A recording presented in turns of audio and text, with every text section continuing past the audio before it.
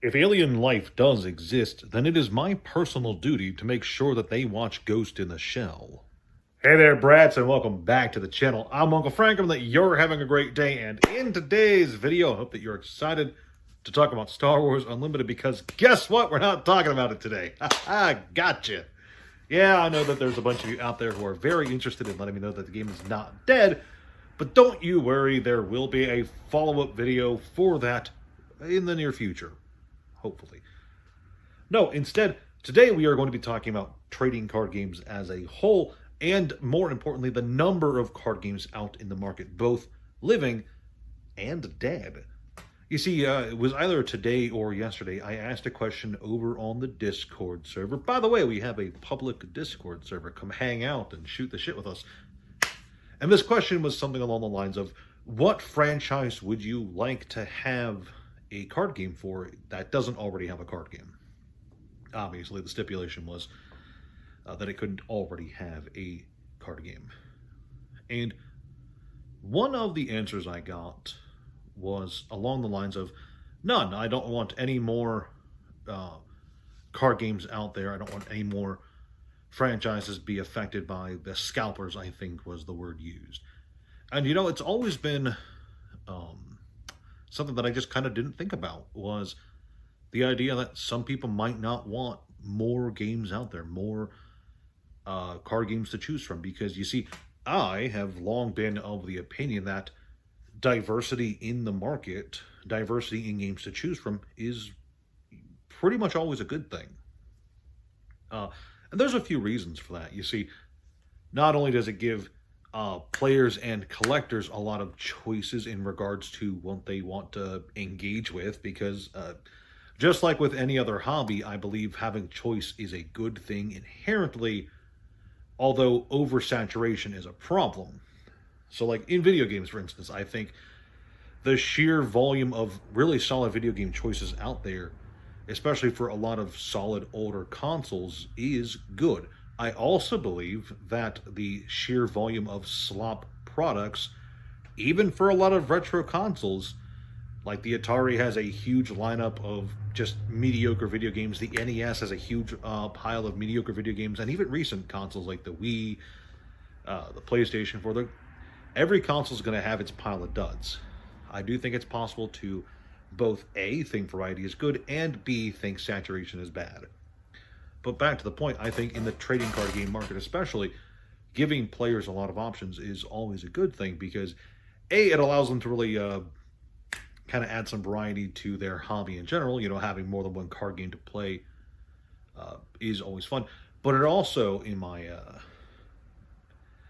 experience, stores that are not forced to kind of rely on a small handful of properties in order to keep afloat tend to do better. Not, you know, it's not exclusively, but they tend to do better if they're not relying on a handful of card games to make ends meet. And it's part of why I have such a love of so many different card games. It's the idea of, you know, maybe today I'm just not feeling like playing Yu-Gi-Oh! So I hop over to Flesh and Blood. And maybe today I'm just not feeling like playing Yu-Gi-Oh! So I hop over to Pokemon. Or maybe today I'm just not feeling like playing Yu-Gi-Oh! So I hop over to Mega Man NT Warrior. And yeah, that's another aspect of it. You see, there's a lot of in-print card games, but there's also a lot of dead card games that you can fall back to.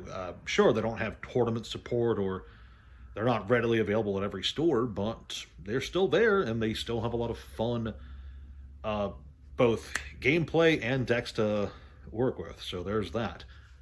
So I never really considered that there would be people out there who just wouldn't want more card games for one reason or another. So just give me a bit of, just give me something to think about, you know? It can always be a bit jarring when you read an opinion or see an opinion or whatever that you just never even considered, and it just kind of like flashbangs you.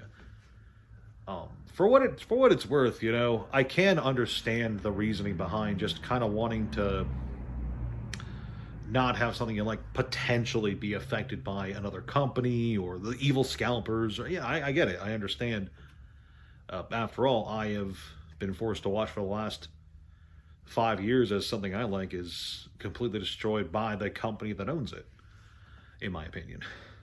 So, I do understand it, but at the same time, it's just the idea of having more options, even if some of those options are inherently bad just by their design, just appeals to me. And it's kind of like the same philosophy that goes into card design itself. The idea of not every card in every set is going to necessarily be a good card. It's the same with card games as a whole. Not every card game you can choose to play is going to be a viable, good card game. There are plenty of duns out there. We've talked about some on the channel before. And I'm very confident that over the next however long the industry has left, but let's say over the next 10 years, I'm very confident that there's going to be card games that come out that are, for one reason or another, just duds. But that doesn't mean companies shouldn't try making more card games. In fact, I firmly believe that the current deluge of card games we've experienced over the last 30 years is just the tip of the iceberg of possibility in terms of what could be put out there. There's so many mechanics that I think haven't been tried yet. There's so many new ways to formulate card designs, deck designs, lore. Remember lore? I remember lore. He's dead now. But yeah, I think that there's a lot of untapped potential in the framing of card games themselves. And we've seen some janky stuff over the years. Like, look at the Transformers TCG where they introduced folding cards and triple folding cards that merged together to make one big card. I think that's a really neat mechanic. A bit janky, a bit expensive for what they were trying to do. But they tried.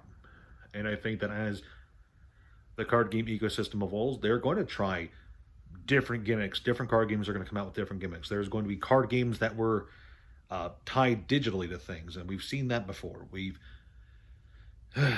seen card games like Keyforge, where every deck is unique. So there's going to be these crazy gimmicks that I think are going to make some games really enticing for some people and absolutely horrible to look at for others. And that's, I think, a good thing, because different people are going to be attracted to different things. So just having the variety by itself, sure, you're not going to please everyone with every card game, but some card games are going to strongly appeal to some people, even if there are other people that just hate the idea of that card game itself for what it is. And I think that the ability for a given card game to strongly appeal to some people, even if it doesn't appeal at all to others, I think that's a draw in and of itself that's worth pursuing. Again, even if the potential player base is much smaller than the ones we've got now. And yeah, I'm not saying that the 3 card games we have is a problem. No, that's, Pokemon, Magic, and what was the other one? I think it was called Yu-Gi-Oh's? Yu-Gi-Oh. Yeah, having a large concentration in just a handful of card games, that's fine too. But I do like options. That's all I'm really trying to say is, I understand, I just never really thought about the idea of not wanting more options, but I understand it. And I suppose all I'm really trying to say here is variety is going to exist. And as time moves forward, we are going to see some zany card games. And I'm really looking forward to seeing out whatever comes next. As you guys know, there's the Gundam card game just hit. I have not had a chance to try it really in earnest. Riftbound's coming out at the end of the month. So even in this year alone, there's plenty of card games that are coming out that are brand new. The Gundam card game is trying to integrate a card game and a miniature battle game. I'm super excited to try that out. That sounds freaking crazy. So like that right there, that's a crazy gimmick I never would have even considered. So, yeah, that's fun. That's crazy. That's wonky.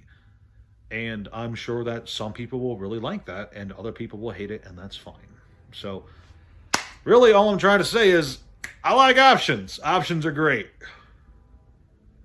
But I understand if you don't want options. Anyway, that's all I've really got. Please like, share, subscribe. Leave a comment down below. Do you like having a lot of options, or do you just like focusing on one or two card games? Let me know what you think. Thank you so much for watching, and I'll see you guys in the next one.